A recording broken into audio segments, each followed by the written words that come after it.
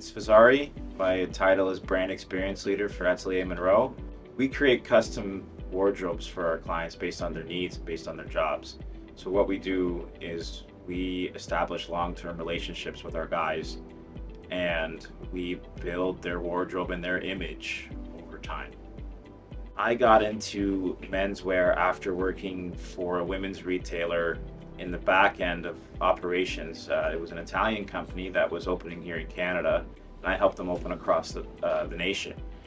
Started working for a major menswear retailer in Canada and took to custom clothing really well because I need it. I'm a bigger guy, so because I needed it, I understood it quickly and quickly amassed a clientele and really began to love it. And working with guys and making them feel good about who they are and what they do with their image is key for me. Atelier Munro partnered up with my former employer, and we started selling their product.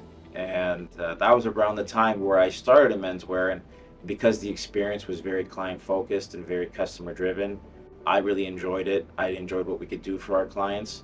I enjoyed the speed that we always would create new departments. It's not just suits, it's a lot of different things in a men's wardrobe, and it really just took off from there. It became close with the guys in Holland as a result of selling their product. And in 2020, my colleague in Holland said, "Hey, let's have a drink on FaceTime." So I'm thinking, it's weird.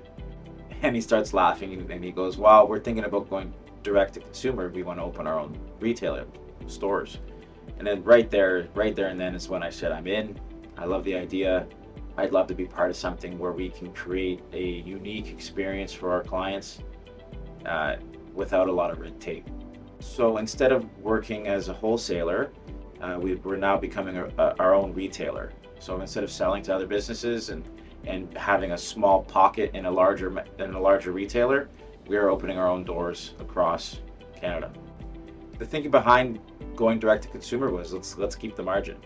Let's keep the experience tight with a client, because when you're working with a major retailer who has 1,000 employees, one client may walk into one store and get one experience and then walk into another and get a completely different experience.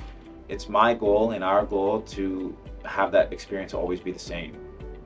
And doing that on a little bit of a smaller scale makes that possible. What I've learned in the last 2 years is to give yourself a timeline, but not to really rely on it. You never know what's going to happen. You have to stay on your toes.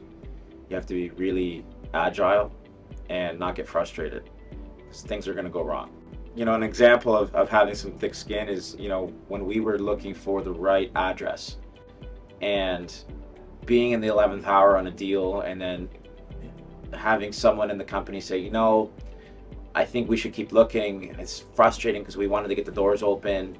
And there's been a couple of times where we really felt we had a great space, but then a deal doesn't happen with the landlord or something like that, and you can't get down about it. You have to just say, okay, you know what, this didn't work, let's keep looking. In the next 12 months, where I see us going, we're going to have our new store, so that's going to allow us to really expand our business. We've hired 3 new young men. I'm taking them to Holland next week to train them, to get them ready. As in the last 2 years, events haven't been able to happen. There's going to be an overflow for the next 2 years. So I really think we're going to be extremely busy, but we're going to provide value for our guys, and we're going to do a lot of really cool things that other retailers haven't done before. So I see us being a pillar in the retail industry in Toronto.